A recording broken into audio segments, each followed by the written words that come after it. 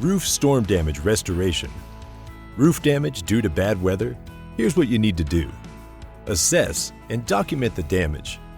After a storm, it's important to carefully assess and document the damages to your property. Be sure to take photos and videos of the damages while documenting specific dates. This documentation is vital when filing an insurance claim. Mitigate the damage. Safety should always be a top priority.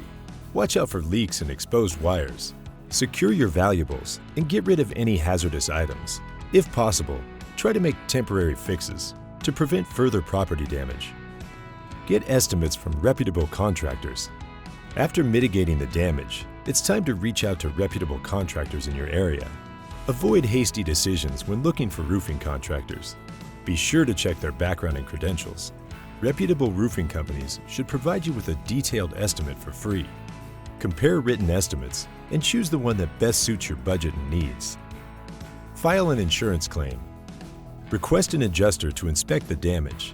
Don't forget to submit documentation and the contractor's estimate.